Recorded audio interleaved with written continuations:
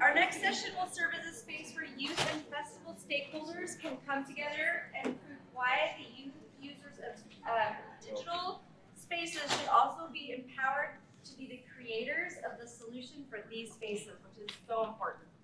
Thank you very much. Thank you so much. Bell Hooks talks about the distinction. Slay. Love the claps, love the snaps, because me and David both come from an education background, and so we need this to feel a little engaging. But basically, Bell Hooks talks about the distinction between the marginality that is imposed by oppressive structures to being very different from the marginality that is seen as a site of radical change, imagination, possibility, and resistance. When young people are occupying the spaces that really wasn't intended or created with them in mind, they still occupy it with such grace and imagination because of what the possibilities are in the digital space. And so as tech builders, developers, and leaders in this space, it's very important for us to feel comfortable giving up that power and finally giving them a seat at the table. My name is Sabrina, and this is David, and we're representing Headstream, which is an open innovation program that supports entrepreneurs in building a safer digital world for young people by working with various stakeholders, including young people themselves. And so today, we're not gonna talk a lot about what Headstream does until the end. We wanna talk about how we can inspire young people to be at the seat. So the first section is the power of your perspective. When we think about this site of marginality, I want you all to think about it as a site of radical resistance and change and imagination. And so I encourage you all to position yourselves as gamers and users of the technology that you're using. And so we want to do a little activity. I want you all to imagine yourself in this site with your lived experiences, with how you show up as a gamer or as a user. And I want you to think about the challenges that you may experience, whether that is you trying to find yourself within a gaming community and you just can't seem to fit in, or there aren't any characters that you resonate with in this online game. Or in the realm of like social technology and navigating social channels, you want to content create and you want to be that influencer, but you also want to find a balance between creating and consuming. And so those are just some examples, and I want you to think about those challenges, and I want you to talk to the person next to you about them. I'm gonna give you like a minute. And when you hear my voice or when I say something like a call to action back, then we can bring it back. But go ahead.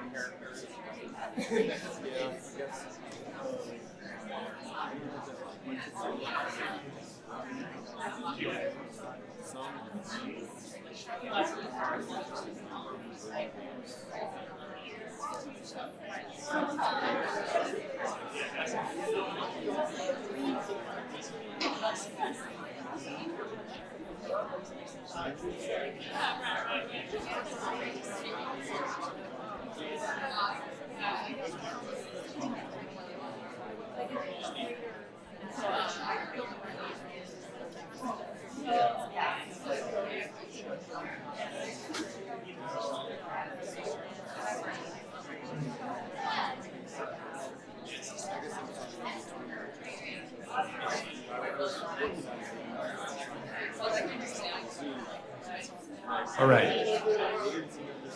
Welcome back. Welcome back. So I'd love to hear some of the challenges that you are experiencing, right? In your own expertise and your own experiences. Just feel free to shout them out. Just quickly. What are some of the challenges you're experiencing? Introducing yourself in Discord. Great. What else? Bad at video games? I hear that one. That's me. Like using third-party content creators like YouTubers and stuff that will do walkthroughs and then see how they engage with the game and how their comments are. And if it seems really toxic over time, maybe not engage with the game. Yeah, they have a powerful voice. Yeah. I work primarily with students, and a lot of them like express that like character creators are like very like binary in a lot of like how they like represent different cultures. I love that. And so that's like a great example of some of the challenges. These are all great examples of some of the challenges that the entrepreneurs that we work with, the young people that we co-create with, are thinking about. So now I want you to think about, with the same people, like, what are some of the solutions to get at these challenges that you brought up? And try and not think about, solutions that you've necessarily heard all week or things that you've read about. Think about from your own personal expertise, from your own personal experience. What could that be? And I'll give you one more challenge with that. Like, think of solutions that aren't necessarily framed in addressing a negative component, but are instead framed in bringing a positive forward, or bringing a positive aspect of these digital places of games to light. Examples of that might be, how do we think more about identity and creating authenticity and representation in the places that we're looking to play and to experience online? How do we think about that intro to a gaming experience and what that might be like to set somebody up for safe play and a positive experience? I'll let you all come up with a couple ideas, and we'll take another minute, and then we'll shout those back out.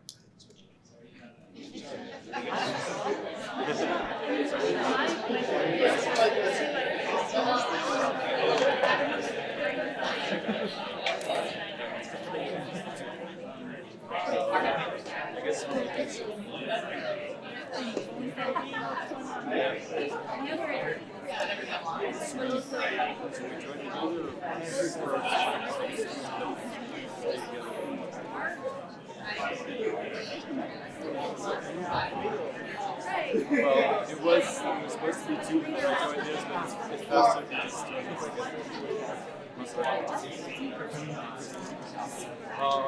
so would you? Yeah. Right. That would probably help a lot.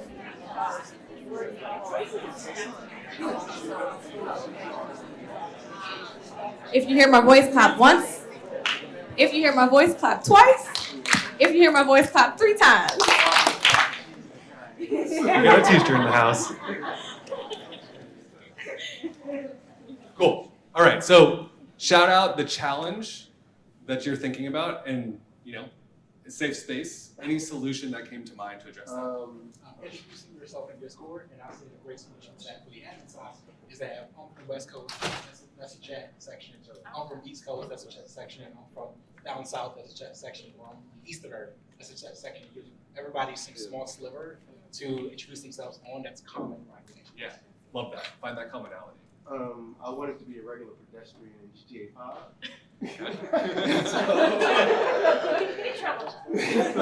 I just want to get gas.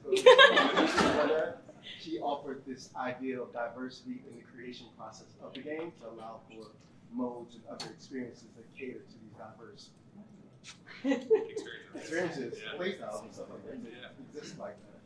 You're like ready to duck out of the way as soon as something comes flying I at just you. want to go sort of get gas, go home. Get That normal life, yeah. But one more. We discussed how when one enters a game that it would be a great solution for cultural customization if the automatic default avatar wasn't a white Western centric canon that one needs to change automatically, right? So if the default was more diverse, that would be a message of more inclusion. Seems like we can do that, yeah. That's like such a perfect segue into our next section. But before we do that, I just want to say, just amongst ourselves, we were able to come up with some solutions that are still rooted in our own lived experience, whether that's wanting to pump some gas or by default, it's the diversity. So when we look at this site of marginality as a place that lacks abundance, we aren't going to see anything. We're going to see it as a place that has deficit frameworks and things that are not going to be green. And so I really challenge you all to think about that site as a place of radical imagination. And to do that and to create from that lens is to keep those in mind who are systemically excluded, especially our young people in our society and those with intersecting identities. And so how can we harness the power of games and social technology to empower young people? It's not a matter of having them meet us where we are. We gotta meet them where they are because they naturally have an affinity for these spaces. They are digital natives. Their digital fluency is a lot greater than other fluencies, and that's no problem. That is a good thing. And so we can just meet them where they are by the following. Whether that's co-creating with them and thinking about them as co-builders in these spaces and not as the beneficiaries or the product testers of your work, but really bringing them along the co-designing process. Or that's fostering ownership and agency by truly believing in their abilities to transform and to spark change, give them a challenge and allow them to rise to that challenge. Or amplifying their perspectives by listening to them and actually implementing the things that they contribute. A part of that is giving up that power that we as adults have and encouraging them to take up the space and to share their cultural wealth and to share the things that they want to because they are the users of the technologies that we're building. Next slide, please. We intentionally want to cause more good than harm, but sometimes unintentionally, we don't, and we do the opposite. And so how do we navigate the pitfalls of ignoring youth voices? I'm gonna tell you how. Because when we ignore that, there are real life consequences of that. And right now, no shade, just truth, we are operating in a very reactionary society instead of a preventative one, and especially with the technologies that we're building. And so we can, when we ignore young people and their contributions, we have misaligned solutions, technology that's not really relevant or culturally appropriate or age appropriate. And by the time they hit the market, it's outdated because there's another problem. You're not listening to young people, and so now you have you have to face the consequence of putting out a product that doesn't have the right market fit, and you lose out on time and a whole lot of money. Or you have exclusionary approaches to the way that you are working with young people. You're expecting them to do things like be a product tester, or you're working with the same group of youth all over again every single time you have a focus group, and you miss out on other perspectives, and you end up alienating those that you are actually trying to support. And so I talked a little bit about all of these, and they really do lead to unintended consequences. And so I really encourage you all to think beyond that and to really intentionally work with young people, because young people have a superpower and they can smell the funk. They know when you're not being intentional, they know when you're not being serious and you're not genuinely trying to co-create with them. And so just bring them on and bring them along the journey.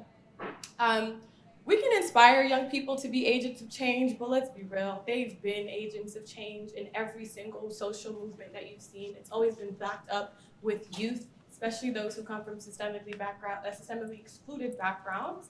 And so we want to inspire them to be disruptors. We want to inspire them to be creators. We want to inspire them to be the builders of the technologies that they're using so that they can tweak and transform the technology, whether it's in a game or a product feature, or to larger systemic institutions like our healthcare system or our education system.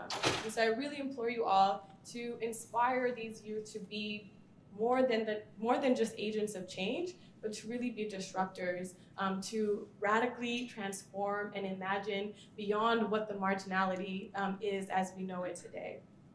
And then, if they're given the key, they can unlock the potential of digital products to support their mental, physical, overall well-being. And that's where our work at Headstream really comes in. We've been thinking about for the last 5 years how we can build and how we can increase the utilization of digital products for the well-being of young people across this country. In particular, we've been focused on how we support the well-being needs of Latinx, Black, Indigenous, youth of color, LGBTQIA, teen girls, and the intersection of those different identities. The reality is that we've been thinking about this space for 5 years, and when we started, we were thinking a lot about how to build awareness, how to use entrepreneurs as an inspiration for the type of solutions, the type of change that we believed was necessary when we think about youth and adolescent well-being. COVID, if we're going to find a silver lining there, certainly accelerated and bumped the awareness in the national discourse around mental health.